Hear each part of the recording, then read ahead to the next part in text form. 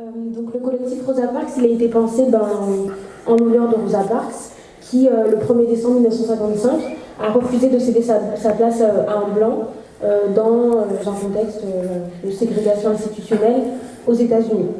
Et ensuite, voilà, ça a mené au boycott des bus et ensuite à la cessation des lois ségrégationnistes dans le bus américain. Donc la mobilisation du collectif, elle s'organise vraiment en 2 temps, sur 2 jours. Le 30 novembre et le 1er décembre, et elle a vraiment pour but de protester et d'afficher en fait notre refus d'accepter les inégalités structurelles, le racisme, le mépris.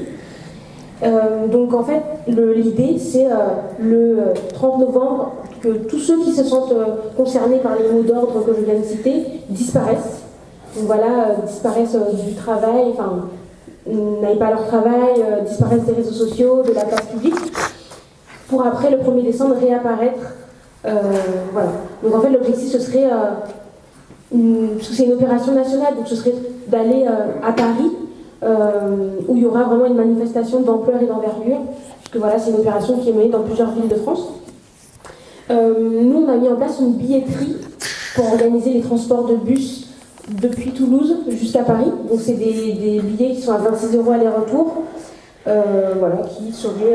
du coup c'est un départ à 22 h le 30 novembre. Il arrive à 8 h le 1er décembre. Et voilà, on repartirait directement après la manifestation le soir. Donc il n'y aurait pas d'hébergement à prévoir. Donc voilà un peu les actions qu'on mène. Nous, c'est vrai que voilà, c'est organisé un peu sur nos fonds et c'est quelque chose qui demande beaucoup d'investissement, de temps. Et donc on a juste mis en place une petite boîte derrière. Donc voilà, si c'est une participation libre, si jamais vous avez un peu de monnaie à nous donner pour nous soutenir. Donc voilà, j'ai l'honneur de présenter et d'accueillir Saïd Bouamama. Donc c'est un sociologue connu et reconnu. Il y a beaucoup de gens qui le connaissent, qui sont fans dans la salle. Donc c'est un militant associatif très impliqué sur la place des personnes issues de l'immigration, des quartiers populaires mais aussi ouvriers, qui sont victimes de discrimination. C'est entre autres aussi l'un des fondateurs du FUIQP, Front Uni des immigrations et des quartiers populaires.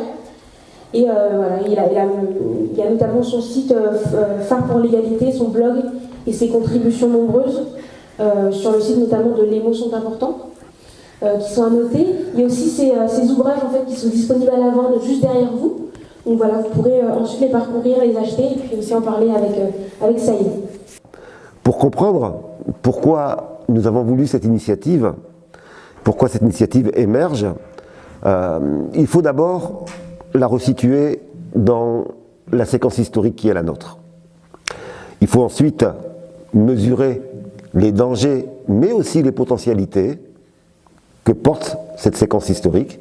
Nous ne sommes pas dans l'aspect complètement dramatique, mais il y a des dangers réels. Mais il y a aussi des potentialités de transformation qu'il faut prendre en compte. Troisième dimension, il faut prendre en compte les raisons de nos difficultés à réagir aujourd'hui à la hauteur de la situation. Et parmi ces difficultés, il y a le rapport à la question des populations issues de l'immigration, ou plus exactement issues de la colonisation, parce que c'est bien d'une immigration particulière dont il s'agit, qui sont en gros les Noirs et les Arabes, ceux qui ont un passif, une histoire avec la société française. Quatrième élément donc à prendre en compte pour saisir l'initiative, c'est de bien saisir l'enjeu que constitue la visibilité pour des populations dominées. Alors, sur le premier aspect, dans quelle séquence historique sommes-nous? Nous sommes dans une période particulière, comme disait Gramsci, dans lequel il y a un vieux monde qui refuse de partir, un nouveau monde qui a du mal à émerger, et dans l'entre-deux, nous dit Gramsci, émergent les monstres. Nous sommes dans une période dans laquelle des monstres peuvent surgir.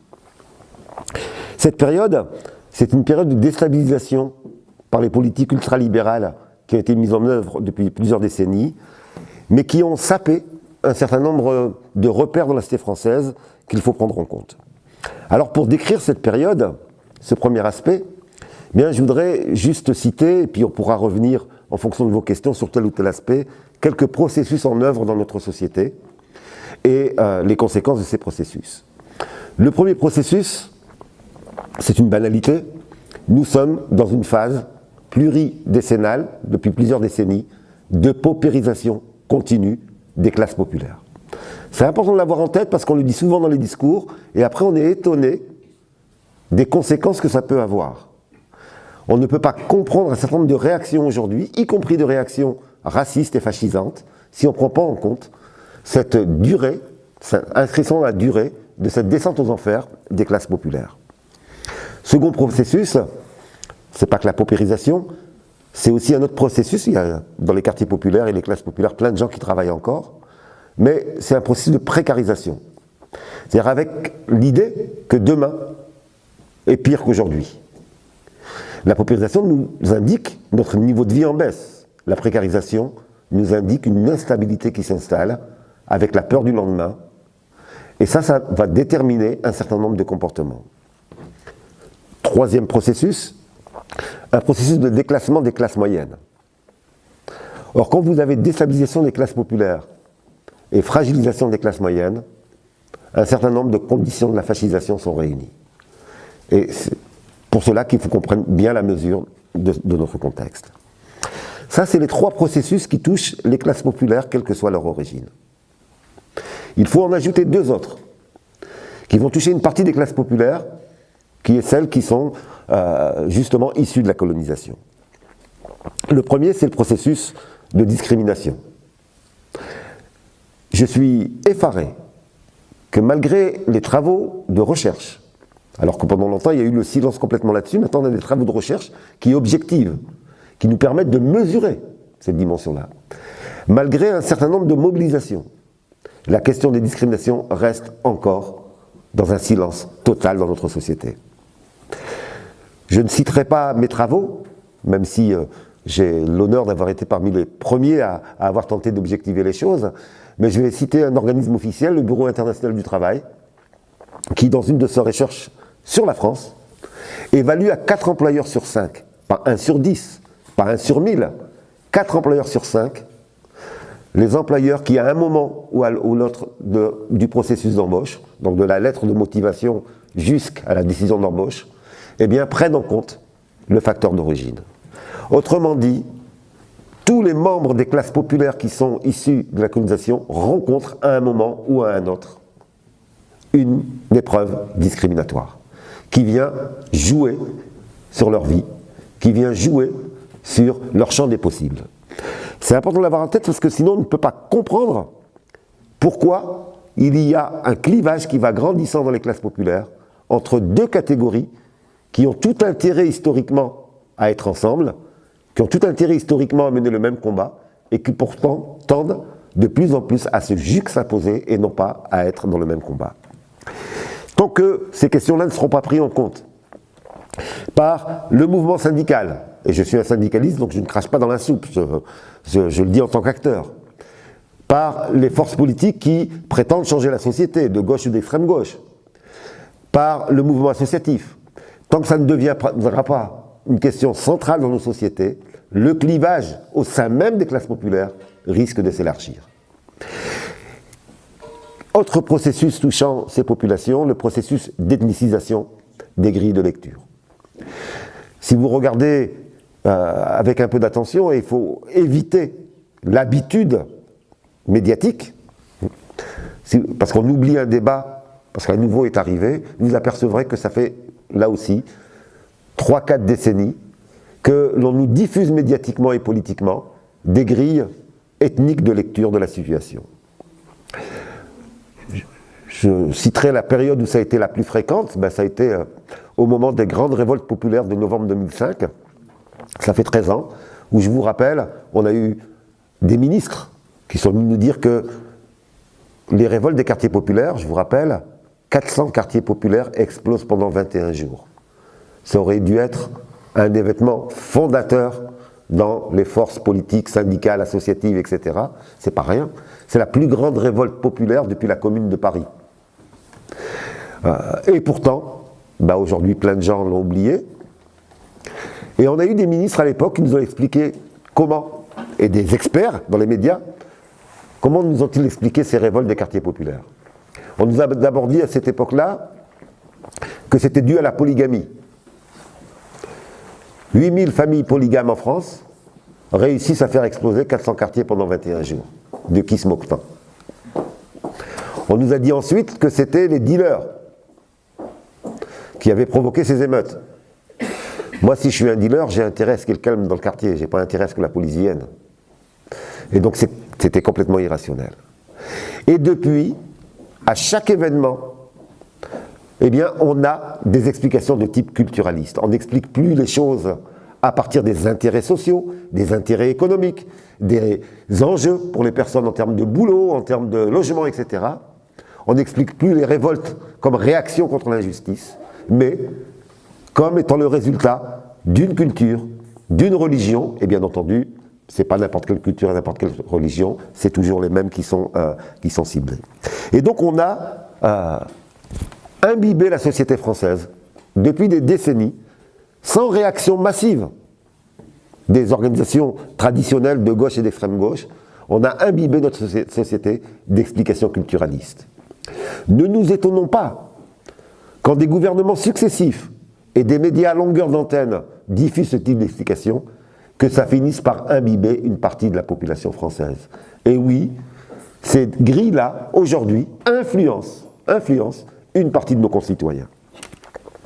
En conclusion de ce premier aspect, de cette première description, mais nous pouvons dire que la droitisation de la société française que nous repérons aujourd'hui n'est pas le fait du hasard.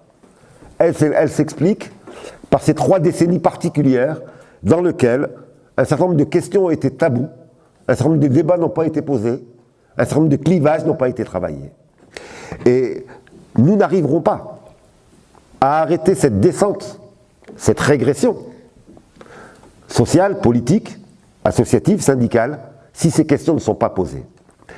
Et c'est donc pour cela que quelqu'un parlait de ma constance. Oui, c'est une constance inquiète en réalité.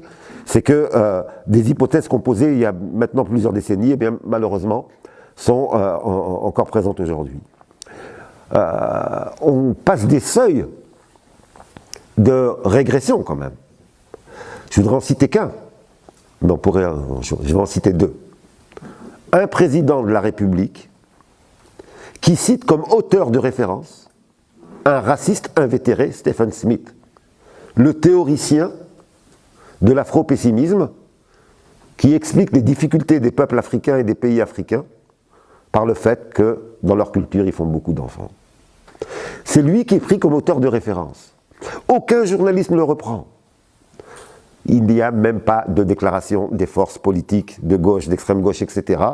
Peut-être d'ailleurs ne savent-ils même pas que Stephen Smith est un idéologue qui a construit ce type d'approche qui ensuite a imbibé toute une série d'autres personnes. Seconde dimension, le nouveau secrétaire du Parti socialiste qui nous parle de colonisation à l'envers dans les quartiers populaires. Thèse qui jusqu'à présent était une thèse limitée à l'extrême droite.